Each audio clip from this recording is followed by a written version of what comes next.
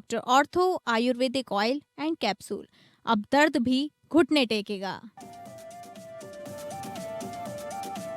बागेश्वर दौरे पर पहुंचे सीएम धामी, बीजेपी के कार्यक्रम शामिल में हुए। सीएम एसआईआर को लेकर कहा, एसआईआर के जरिए होगा वोटर लिस्ट की शिकायतों का समाधान।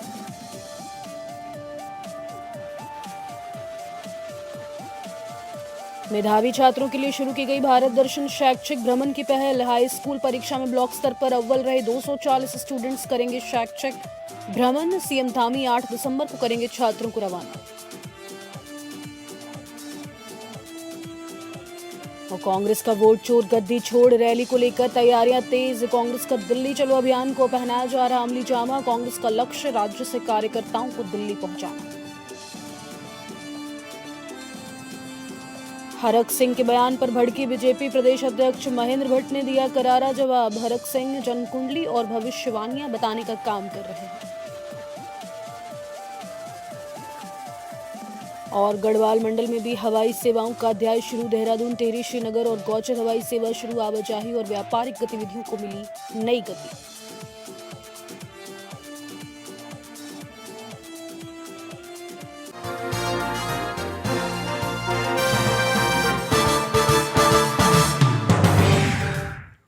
नमस्कार, स्वागत है आपका एपीएन न्यूज में। आप देख रहे हैं उत्तराखंड न्यूज, आपके साथ मैं हूं सदफ फातिमा। बुलेटिन की शुरुआत करेंगे जहां बागेश्वर जनपद दौरे पर मुख्यमंत्री पुष्कर सिंह धामी पहुंचे। आपको बता दें, बीजेपी जिला कार्यालय में आयोजित कार्यक्रम में प्रतिभाग किया। इस दौरान पार्टी कार्यालय पहुंचते ही सीएम धामी का फूलों की वर्षा के साथ जोरदार स्वागत किया गया। वहीं सीएम धामी ने कहा कि अपने इस दौरे के दौरान उन्होंने विभिन्न संगठनों से संवाद किए जाने की बात कही और उन्होंने चुनाव आयोग नियमों के तहत एसआईआर की तैयारी कर रहा है, जो कि देश की आवश्यकता है। वोटर लिस्ट में जो शिकायतें आई हैं उसका समाधान होगा। सरकारी भूमि से अतिक्रमण हटाना हमारा एक अभियान है। प्रदेश में डेमोग्राफिक बदलाव पर उन्होंने कहा कि पूर्व की सरकारों में इस पर काम नहीं हुआ, तो अब तक 10,000 एकड़ भूमि अतिक्रमणकारियों से मुक्त कराई गई है। वर्तमान सरकार इस पर और भी तत्परता से कार्य कर रही है। उन्होंने उत्तराखंड के मूल अस्तित्व को किसी भी कीमत में खराब ना होने देने की बात कही है।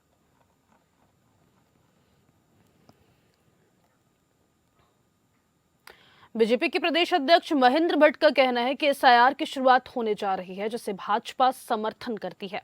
वहीं उन्होंने कहा कि जब एसआईआर शुरुआत होगी तो भाजपा के कार्यकर्ता भी उसमें सहयोग करेंगे। उनका कहना है कि इसको राजनीति के एजेंडा बनाने की जरूरत नहीं है। यह एक चुनाव की प्रक्रिया है जिसके तहत काम किया जाएगा।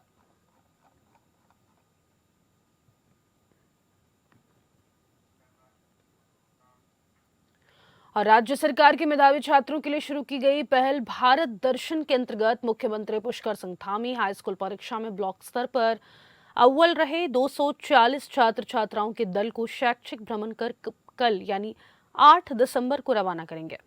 निदेशक माध्यमिक शिक्षा मुकुल सती ने जानकारी देते हुए बताया कि योजना विद्यार्थियों को देश की ऐतिहासिक, सांस्कृतिक और सामाजिक विविधता से अवगत कराकर उनके संवेदनशीलता और ज्ञान को बढ़ाने के उद्देश्य से चलाई जा रही है। उन्होंने बताया कि पिछले वर्ष भी इसी योजना के तहत 153 विद्यार्थियों को राज्य सरकार द्वारा भारत भ्रमण पर भेजा गया था। गौरतलब है कि पिछले वर्ष की तुलना में इस वर्ष विद्यार्थियों की संख्या में वृद्धि देखी गई है और यदि सूत्रों की माने तो उनके अनुसार आने वाले समय में ये संख्या और भी बढ़ सकती है। वहीं जिसमें यह भी कयास लगाए जा रहे हैं कि ऐसे कार्यक्रम सरकारी स्कूलों के विद्यार्थियों को परीक्षा में और बेहतर प्रदर्शन करने के लिए प्रेरित करेंगे और उन्हें समग्र विकास के अवसर मिलेंगे।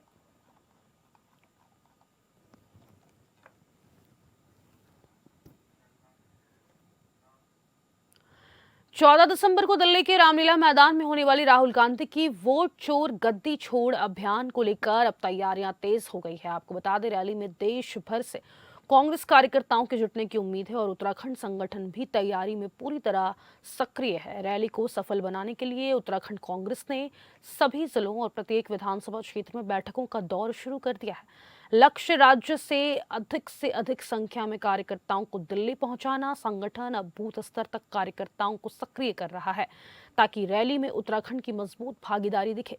राहुल गांधी की रैली भाजपा सरकार पर कांग्रेस के बड़े राजनीतिक वार के रूप में देखी जा रही है और अब पूरा जोर भीड़ जुटाने पर है। इसी की तैयारी को लेकर कांग्रेस चुनाव प्रबंधन समिति के अध्यक्ष हरक सिंह रावत ने कार्यकर्ताओं के साथ बैठक की है।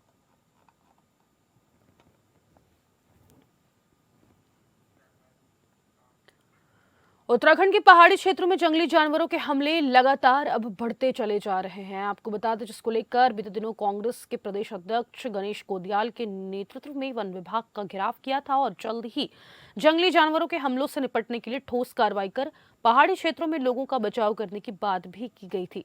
महिला कांग्रेस ने वन विभाग का घेराव किया। महिला कांग्रेस के उपाध्यक्ष आशा मनोरमा डोबरियाल और महानगर के अध्यक्ष उर्मिला थापा के नेतृत्व में ये घेराव किया गया।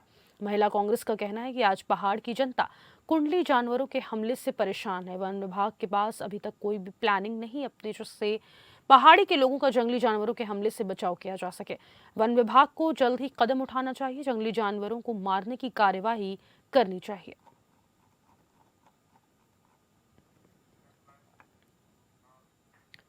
भाजपा से निष्कासित होने और एक बार फिर से कांग्रेस का दामन थामने वाले हरक सिंह रावत लगातार भाजपा नेताओं के खिलाफ लगातार बयानबाजी करते हुए नजर आ रहे हैं। बीते दिनों तो हरक सिंह रावत ने उनके पास भाजपा नेताओं की पूरी जनकुंडली होने का और उनके भविष्य बताने का दावा तक कर डाला। इसी बात पर भाजपा के प्रदेश अध्यक्ष और राज्यसभा सांसद महेंद्र भट्ट कांग्रेस नेता हरक सिंह रावत पर व्यंग करते हुए नजर आए हैं। उन्होंने कहा कि हरक सिंह जन कुंडली और भविष्यवाणियां बताने का काम कर रहे हैं, जबकि उनकी खुद की कुंडली में नाड़ी खड़ाठस्क दोष है, जिस कारण रावत किसी भी राजनीतिक पाले में लंबे समय तक स्थिर नहीं रह पाते। पहले सपा, फिर बसपा और भाजपा के साथ भी उनका संबंध टिक नहीं पाया। उन्होंने यह भी कहा कि कांग्रेस में कितने दिनों तक वे बनेंगे, स्वयं रावत को भी भरोसा नहीं होगा। हरक सिंह रावत जी औरों के हाथ तो देख रहे हैं, लेकिन कभी उन्होंने अपनी कुंडली नहीं जुड़ाई। उनकी कुंडली में नाड़ी खड़ाष्टक लगा हुआ है, इसलिए किसी भी दल में वो रह नहीं पाते। कभी बसपा में जाते हैं, कभी सपा में जाते हैं, तो सपा में जन्मपति नहीं जुड़ती, बसपा में जन्मपति नहीं जुड़ती, बीजेपी में जुड़ी नहीं, इसलिए पार्टी भी से बाहर हो गए। और कांग्रेस में भी उनकी जन्मपति जुड़ने वाली नहीं है। नाड़ी खड़ाष्टक बड़ा दोष होता है, और वही दोष जो है उनको कहीं टिकने नहीं देता है। तो पहले वो अपनी जन्मपति किसी ठीक ठाक पंडित को दिखाएं। वैसे तो मैं भी पंडिताई का काम अब करता नहीं हूँ, लेकिन मैं उनकी जन्मपति बिना देखे बता सकता हूँ। नाड़ी खड़ाष्टक दोष बहुत जल्दी खत्म होने वाला नहीं है। बात करेंगे धराली की, जहां पर आपदा को अब 4 महीने हो चुके हैं, लेकिन सियासी पारा अब भी गर्म होता हुआ नजर आ रहा है। भाजपा नेता कर्नल अजय कोठियाल के एक बयान के कब वायरल होते ही राजनीति अचानक तेज हो गई। आपदा राहत और पुनर्वास के मुद्दे पर भाजपा और कांग्रेस एक बार फिर आमने सामने है। धराली की आपदा को लेकर सियासत यहां खत्म नहीं होती। भाजपा के आरोपों के बाद प्रदेश कांग्रेस अध्यक्ष गणेश गोदियाल ने जोरदार पलटवार किया। गोदियाल ने कहा कि राजनीति भाजपा कर रही है, कांग्रेस नहीं। कांग्रेस सिर्फ प्रभावितों की आवाज उठा रही है। उन्होंने कहा कि धराली में लोगों के घर तबाह हो गए, लेकिन मुआवजा नहीं मिला, और जब कांग्रेस इन मुद्दों को उठा रही है तो भाजपा इसे राजनीति कह रही है। गोदियाल ने कहा कि अगर पीड़ितों के हक की लड़ाई लड़ना राजनीति है तो कांग्रेस ऐसी राजनीति 1000 बार करेगी। उन्होंने बताया कि पार्टी ने हर प्रभावित परिवार को 50 लाख रुपए मुआवजे की मांग सरकार के सामने रखी है। साथ ही उन्होंने भाजपा को चुनौती देते हुए कहा कि अगर भाजपा चाहे तो 1 करोड़ रुपए देकर दिखाए। धराली में राहत और पुनर्वास का काम कितना तेज होगा यह आने वाले समय में साफ होगा, लेकिन इतना तय है कि आपदा के बीच जारी तकरार आने वाले दिनों में उत्तराखंड की सियासत को और गरमाने वाली है।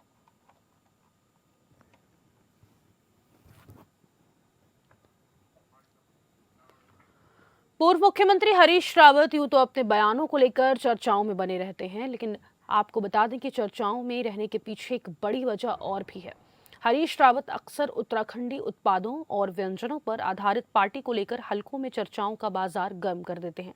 वहीं उन्होंने माल्टा पार्टी देते हुए गैरसैंण माल्टा प्रतियोगिता आयोजित की गई है। माल्टा प्रतियोगिता में हरीश रावत ने मीडिया से बातचीत में कहा कि अभी माल्टा केवल 7 रुपये समर्थन मूल्य पर बिक रहा है, लेकिन कांग्रेस की सरकार आने के बाद इसका समर्थन मूल्य 25 रुपये किया जाएगा। इससे मध्य हिमालय क्षेत्र के किसानों की आर्थिक में इजाफा होगा।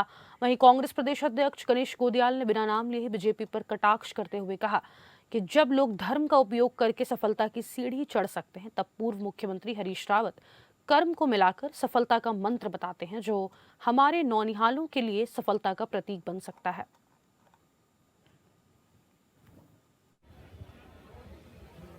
7 रुपया किलो है, ये इसमें कोई दम नहीं।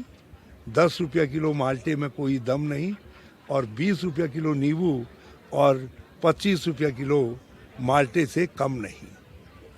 अर्थात हम चाहते हैं कि आने वाली सरकार हमारे माल्टे नींबू एजेंडे को अपनाए और 7 रुपये में दम नहीं, 20 रुपये से नींबू कम नहीं और 10 रुपया माल्टे में दम नहीं, 25 रुपये से कम नहीं, इस पर काम करें ताकि ये मध्य हिमालयी क्षेत्र का अद्भुत प्रोडक्ट जो है इसको बचाया जा सके।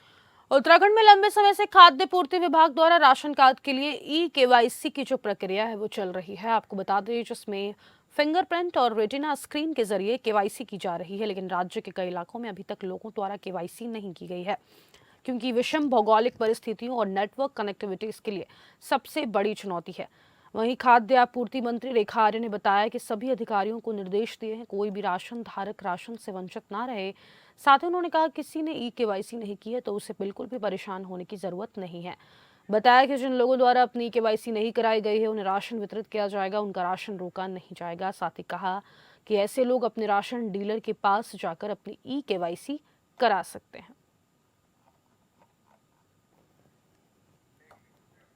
जहां मुख्यमंत्री पुष्कर सिंह धामी का पहाड़ों पर एयर कनेक्टिविटी का संकल्प अब तेजी से धरातल पर उतरता हुआ नजर आ रहा है।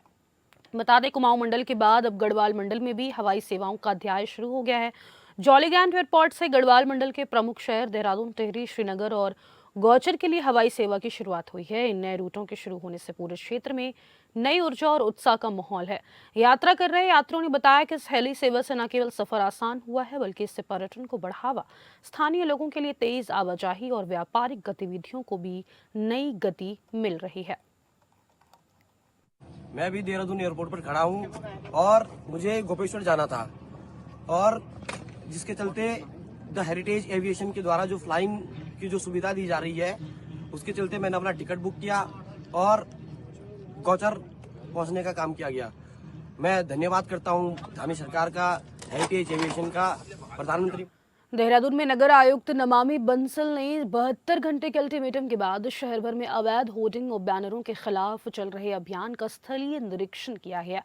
नगर आयुक्त ने विभिन्न मार्गों और वाणिज्यिक क्षेत्रों में लगे अवैध, अनधिकृत और असुरक्षित होर्डिंग्स को तत्काल हटाने के निर्देश दिए हैं।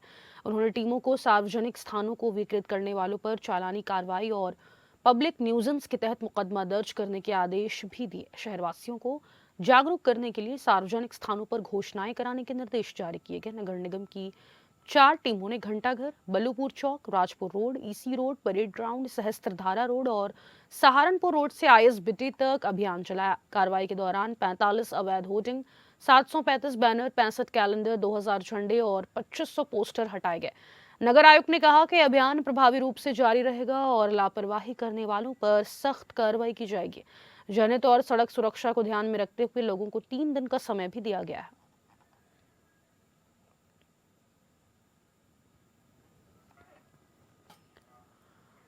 हाल ही में बार एसोसिएशन के धरने के दौरान हरक सिंह रावत ने सिख समुदाय को लेकर अपने भाषण के दौरान टिप्पणी की है, जिसके बाद सिख समुदाय में उसका विरोध भी शुरू हो गया है। हालांकि भाषण के दौरान ही बैठे हुए सिख व्यक्ति ने उन्हें रोका तो हरक सिंह ने माफी भी मांगी, लेकिन उसके बाद भी सिख समुदाय ने उनका घंटाघर में विरोध किया और पुतला दहन किया। हरक रावत ने पूरे मामले में कहा कि जो लोग विरोध कर रहे हैं वो केवल राजनीति कर रहे हैं। मैंने उसी वक्त माफी मांग ली थी। भाजपा के द्वारा ये सब षड्यंत्र रचा जा रहा है। मुगलों के शासनकाल में हिंदू महिलाओं को मुगल उठाकर ले जाते थे और रात के समय सिख भाई उन महिलाओं को बचाते और संख्या कम होने के कारण रात के समय लड़ते थे।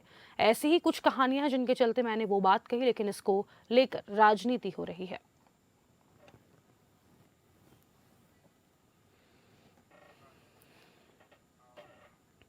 दिनेशपुर थाना क्षेत्र के कंटोपा गांव में बारात के दौरान जमकर बवाल हो गया। बात इतनी बढ़ गई कि चाकू और डंडे चल गए। बता दें आपको कि कई लोग गंभीर रूप से घायल हो गए हैं। वहीं एक युवक की हालत नाजुक बताई जा रही है।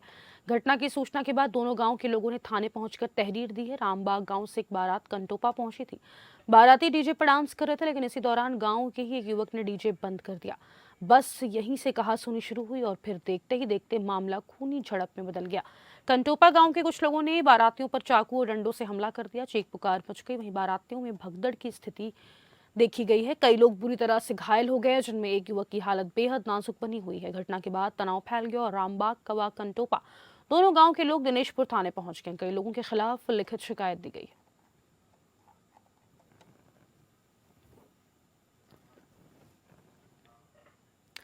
हरिद्वार के जिला अस्पताल में बौद्धि के चूहे द्वारा कुतरे जाने के मामले में परिजनों और स्थानीय लोगों ने अस्पताल में जमकर हंगामा किया है। बता दें आपको कि नाराज परिजन धरने पर बैठ गए और अस्पताल में तोड़फोड़ भी की है। परिजनों का आरोप है कि अस्पताल प्रबंधन की लापरवाही के चलते बॉडी के साथ इस तरह की चीज हुई कि चूहों ने बॉडी की आंख और सर का हिस्सा कुतर दिया। हंगामा बढ़ते देख मौके पर प्रशासनिक अधिकारी पहुंचे और उन्होंने स्थिति को काबू में करते हुए जांच टीम का गठन कर शव का पोस्टमार्टम कर परिजनों को शांत किया। कांग्रेस भी जिला अस्पताल पहुंची और कांग्रेसी कार्यकर्ताओं ने लापरवाही पर कार्रवाई करने की मांग को लेकर धरने पर बैठ गए। हालांकि सीएमएस और आरवी सिंह का कहना है कि यह मामला चूहों के कुतरने का है, लेकिन फिर भी इस मामले में जांच की जा रही है। उन्होंने इस बात से भी कही इनकार नहीं किया कि चूहों के अलावा दूसरी संभावनाएं भी इसमें हो सकती है। इधर पूरे मामले की हाई लेवल कमेटी का गठन कर दिया गया, जिसमें सभी पहलुओं पर जांच होगी।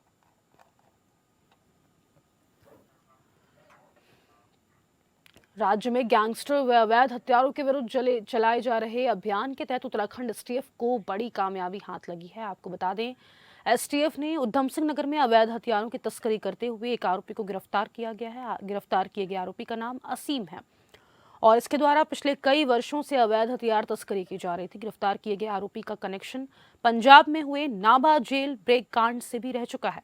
एसटीएफ को मिली मुखबिर की सूचना के आधार पर भी जब असीम पर निगरानी रखी गई तो रुद्रपुर में एक फ्लाईओवर के नीचे असीम को हथियारों की अवैध तस्करी करते हुए गिरफ्तार किया गया। आरोपी के पास से भारी मात्रा में असला बरामद हुआ है। फिलहाल एसटीएफ द्वारा आरोपी से पूछताछ जारी है और जल्द ही इसे न्यायालय में भी पेश किया जाएगा। भी काफी सारी पूछताछ होती है, क्योंकि बहुत सारे वेपन जो चारों हैं प्लस जो राइफल है, जो राइफल ऑर्डिनेंस फैक्ट्री की है, अब वो कहाँ से है, कैसे है, उस पे नंबर रिपोर्ट किए के दोबारा बनाए गए, वो सब चीजें हमारे करना।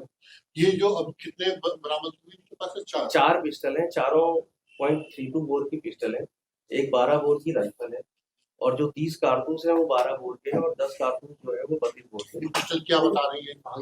पिस्टल है तो मुझे ऐसा लगता है जैसे वो दर्रा वेट उस तरीके से राइफल ऑर्डिनेंस फैक्ट्री है तो वो सरकारी डेफिनेटली या तो कहीं से लूटी हुई होगी या चोरी होगी। कई ऐसे मामले पुराने आए हैं, जैसे आप लोगों को पता हो कि पंजाब के जो पुराने लाइसेंस है ना, उसको यहाँ वेपन पे लोग ला के सेटिंग करके चढ़ा लेते हैं। अब किस तरह का मामला है वो हम लोग कर रहे हैं, उसको रिमांड पे लेके साझा करते हैं।